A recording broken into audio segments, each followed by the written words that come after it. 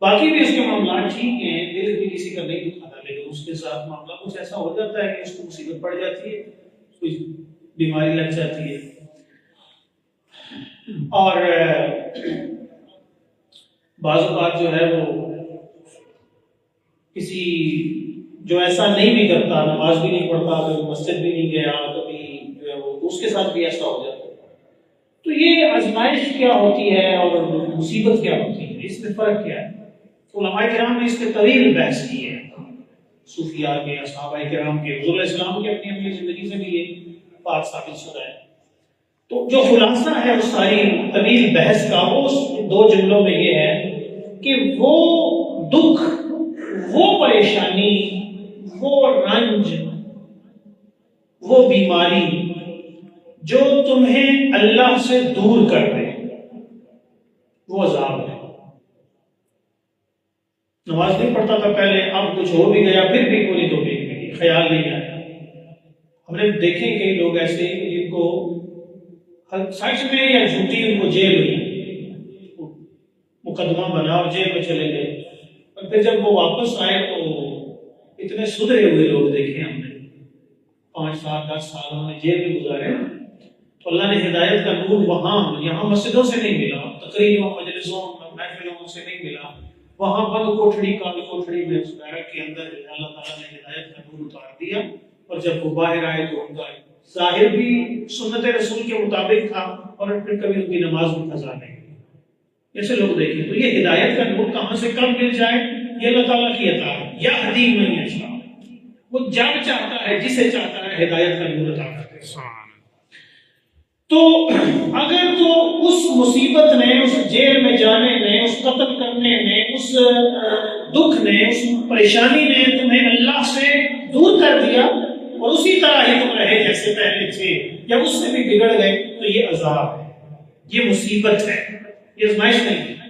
اور اگر اس مصیبت، اس پریشانی نے جو وقتی آئی تھی، اس مصیبت نے تمہیں اللہ کے نیڑے کر دیا، اللہ کا قرب عطا کر دیا، تو وہ آزمائش ہے. اور اسی آزمائش کے بارے میں رب تعالیٰ نے فرمایا کہ میں ایک بندے کے جسم کے اندر ایک کانٹا بھی چھوٹا ہے، اللہ تعالیٰ فرماتا ہے میں ایک درجہ بلند کر دیتا ہوں، ایک گناہ مٹا دیتا ہوں. تو یہ کرائٹیریا ہے، یہ پیمانہ ہے، یہ سلیبس ہے، یہ نصاب ہے کہ جو دکھ، جو مصیبت، میرے آقا مولانا صلی اللہ علیہ وسلم نے فرمایا کسی کا بیٹا دنیا سے چلا جائے، فوت ہو جائے، تو اللہ تعالیٰ فرشتوں کو بھیجتا ہے روح لینے کے لیے، جب تو وہ آنکھیں رپورٹ پیش کرتے ہیں رب کی بارگاہ میں. اللہ تعالیٰ جانتا ہے، لیکن وہ بندوں کو سکھانے کا. تو اللہ پوچھتا ہے جب تم نے، میں اس بچے کی، اس نوجوان کی روح قبض کی، تو اس کے والدین کی حالت کیا تھی؟ تو وہ فرشتے عرض کرتے ہیں مالک، جب ہم نے اس کا لختے جگر، ان کے جگر کا ٹوٹا، ان کا کلیجے کا ٹکڑا، جب ہم نے ان سے جدا کیا، اس کے جسم سے روح کو نکالا، تو مالک باوجود دکھ کے، باوجود پریشانی کے، اکلوتا بیٹا تھا، نوجوان تھا، بچہ تھا، بڑا پیار کرتے تھے، لیکن مالک کو تیری رضا پہ راضی ہو گئے. تو فرشتے جب یہ جواب عرض کرتے ہیں نا رب کی بارگاہ میں، تو رب کہتا ہے فرشتوں تم گواہ ہو جاؤ کہ میں نے ابھی ان والدین کی زندگی کے اندر ہی ان کے لیے جنت میں بیت الحمد محل نام تعمیر کر دیا، جنت میں ان کا گھر بنا دیا. تو یہ مصیبت جو آئی، جو دکھ ملا، جو پریشانی سے ظاہر ہوئی، لیکن اس کے بدلے میں اللہ تعالیٰ نے کتنا بڑا مقام عطا کر دیا. اور یہ جو مصیبت پہ صبر کرنا ہے، یہ پہلا جھٹکا ہے. پچھلے بیان میں عرض کیا تھا کہ یہ جو پہلی بار ہوتا ہے، جب بندہ بالکل ٹھنڈا ٹھار ہو جائے، پھر کہے جی میں رب نے رضا راضی، وہ نہیں، وہ بات نہیں. وہ پہلی جو لگتی ہے نا، جھٹکا لگتا ہے، پہلی سٹ جو پڑتی ہے، اس پہ رب تعالیٰ کی بات آتا ہے الحمدللہ مالک تیرا شکر.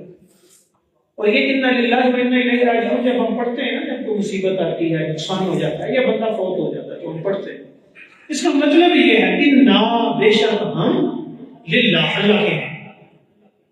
جب ہم ہیں ہی اللہ کے، تو پھر ہمارا تھا کیا جو چلا گیا؟ جان دی ہوئی اسی کی تھی.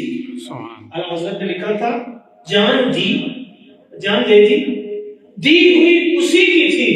حق تو یہ ہے کہ حق ادا نہیں ہوا، تو اسی کے دیے ہوئے. آپ نے مجھے پیسے دیے دیے تھے اور میں نے آپ کو واپس کر دیے، تو یہ کون سی آج کے دور میں تو یہ بڑی بات ہے. آج کے دور میں تو خیر یہ بڑی بات ہے کہ کسی کو پیسے آپ دیں اور وہ آپ کو واپس کر دے. بٹ لیکن میں جنرلی بات کر رہا ہوں کہ آپ کی امانت تھی، میں نے آپ کو واپس کر دی، تو میں کون سا تیر مارا؟ میں اپنی طرف سے دوں نا کسی ضرورت مند کو، تو بات تو پھر ہے. تو یہ جان اسی کی ہے کہ اس نے ہمیں امانتاً 40-50 سال کے لیے دی، 100 سال کے لیے دی، 80 سال کے لیے، اس کو واپس کر دی تو کیا گیا ہمارا تو کچھ تھا ہی نہیں. جان دی ہوئی اسی کی تھی. اب تو یہ ہے کہ حق ادا. تو بہرحال یہ پچھلے جمعہ کو میں نے وہ امام اعظم ابو حنیفہ کی ماں کا رشتہ آیا جب آپ کے والد گرامی کا اسلام کو کتنا بڑا. ایک اور واقعہ سناتا ہوں. ہلاکو خان کی نسل میں ایک شخص گزرا ہے، تمودار نام تھا اس کا، اور یہ پورا خاندان ہی بڑا سفاک، ظالم اور جابر گزرا. اور ان کو ویسے تو بندہ خوش ملا سمجھاتا نہیں تو بات پلے نہیں پڑتی، لیکن جب یہ کسی صوفی کے ساتھ ان کی ٹکر ہو جائے نا، اللہ کے کسی مقرر بندے کے ساتھ، اللہ کے دوست کے ساتھ، تو وہ بات اتنی گہرائی سے کرتا ہے بندہ جو صوفی ہوتا ہے، تو پھر ان کے دل پہ وہ بات کرتی ہے. تو یہ جو تبودار تھا نا، یہ پڑپوتا یا نواسا تھا اس کا، ہلاکو خان چنگیز خان جو یہ گزرے، بڑے صاف صفاک لوگ تھے. تو اس وقت بغداد میں ایک اللہ کے ولی ہوا کرتے تھے، ان کا نام تھا صوفی جلال الدین رحمۃ اللہ تعالیٰ. اب یہ جو تبودار تھا نا، یہ گورنر تھا بغداد، تو انہوں نے بڑا ظلم کیا، لوگوں کو قتل کروایا. ایسے ہی جاتے جاتے نے تلوار لی اور سرطان سے جدا کر دیا، مار کے بغیر کسی وجہ. تو یہ جو صوفی جلال الدین رحمۃ اللہ تعالیٰ علیہ نے بغداد کی گلی سے گزر رہے تھے. اب اس تبودار خان جو تھا، اس کے دل میں خیال آیا کہ اب اس بندے کو نا، اس صوفی جلال الدین کو میں نے قتل کرنا ہے. اب وہ بہانہ ڈھونڈنے لگا کہ وہ وجہ بناؤں تاکہ لوگ سنیں کہ یہ مان تھے تو ایسا نہ ہو اس پہ حملہ ہو. اس نے بہانہ ڈھونڈا. اس نے کہا اے صوفی، اے مولوی صاحب، ملا جی، مجھے یہ بتاؤ کہ تمہاری داڑھی اچھی ہے یا میرے کتے کی دم اچھی ہے؟ یہ سوال کیا تبودار خان نے حضرت صوفی جلال الدین رحمۃ اللہ تعالیٰ. اب یہ سوال کوئی مجھ سے کرے، آپ سے کسی سے یہ کوئی سوال ایسا کو پڑھ کے تو دیکھے، ہم تو اس کا سر پھوڑ دیں گے، اس کے سارے خاندان کا تیا پاچا کر دیں گے.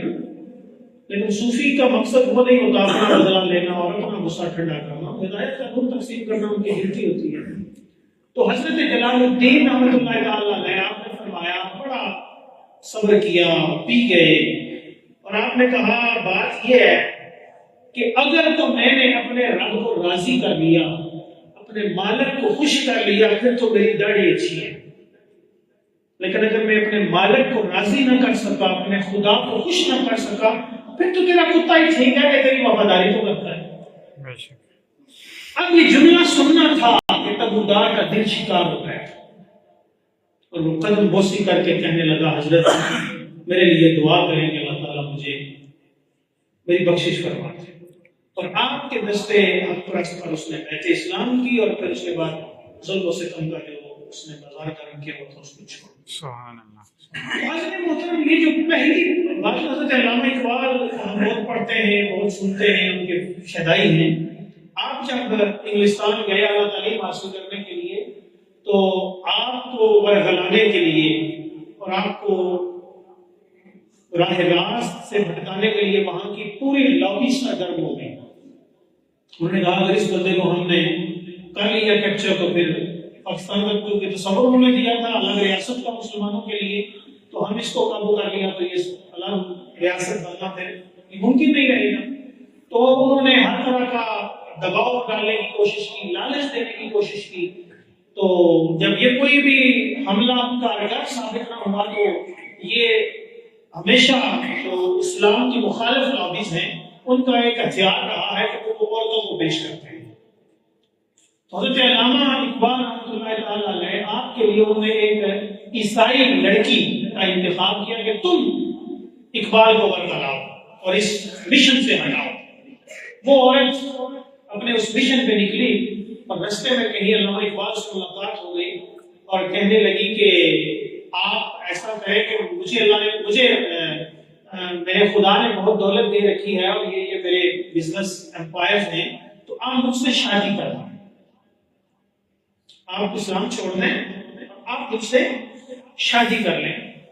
اب دیکھیں یہ آفر ملنا آج کے دور میں کسی نوجوان کو یورپ کی زمین پر خواب ہے، اور ہمارے جو کئی یہاں سے جاتے ہیں، اللہ معاف کرے، تو مذہب کے خانے میں کوئی قادیانی لکھتا ہے، کوئی مذہب کو تبدیل کر لیتا ہے۔ یاد رکھیے اسلام کا معاملہ اور طلاق کا معاملہ یہ مجبوراً کیا جائے، مذاق میں کیا جائے، کسی کو ہنسانے کے لیے بتانے کے لیے کیا جائے، یا جس طرح سے بھی کیا جائے، یہ واقع ہو جاتا ہے، یہ واقع ہو جاتا ہے۔